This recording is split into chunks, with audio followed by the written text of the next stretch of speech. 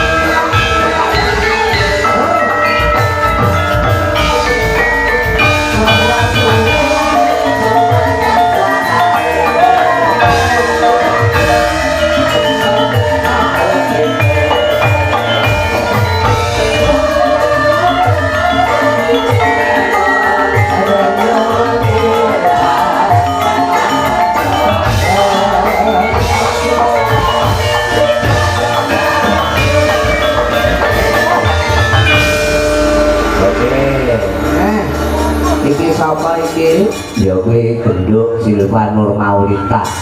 Nggih. Utawa BP. BP iki apa? Bu Patrick. Oh ngono lho, Patrick duwe bu lho. Piye kaya ngalor ngidul babu-babu ae. Ngene lho bune. Lho ditayo dia pakmu.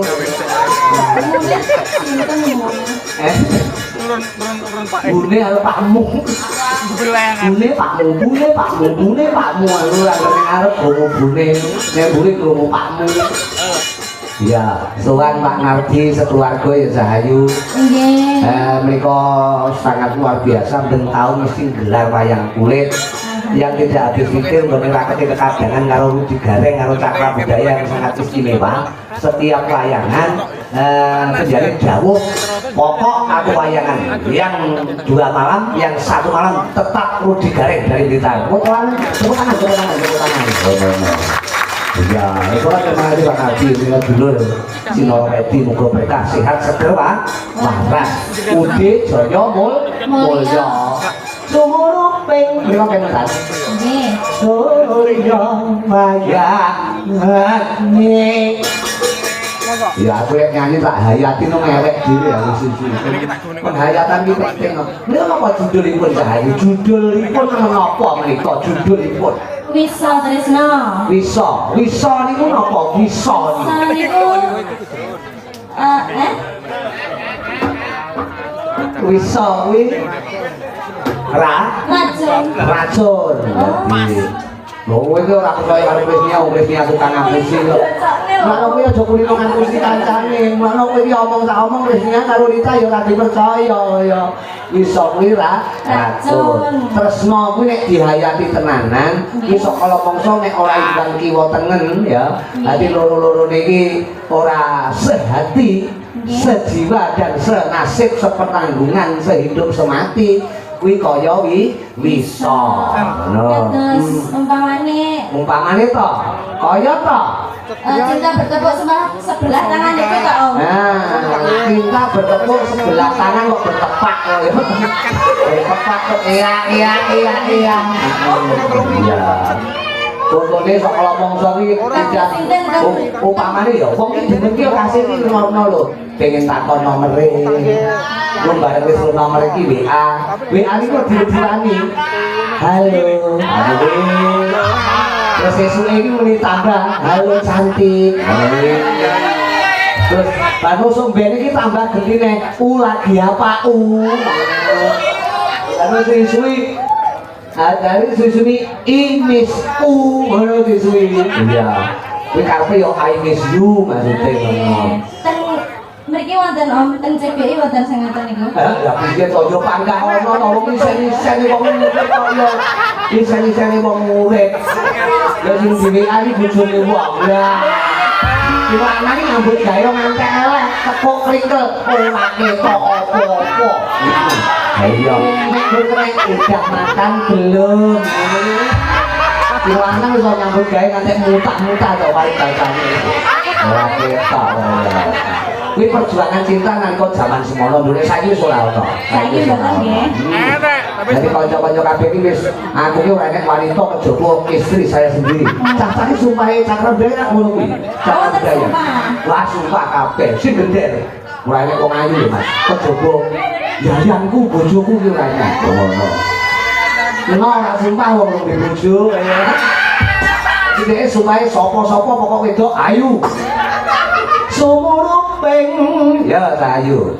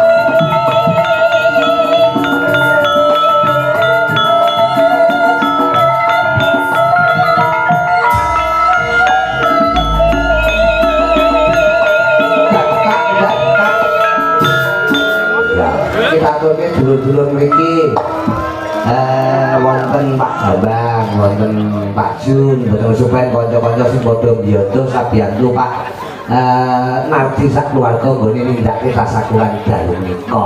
Ya. Terus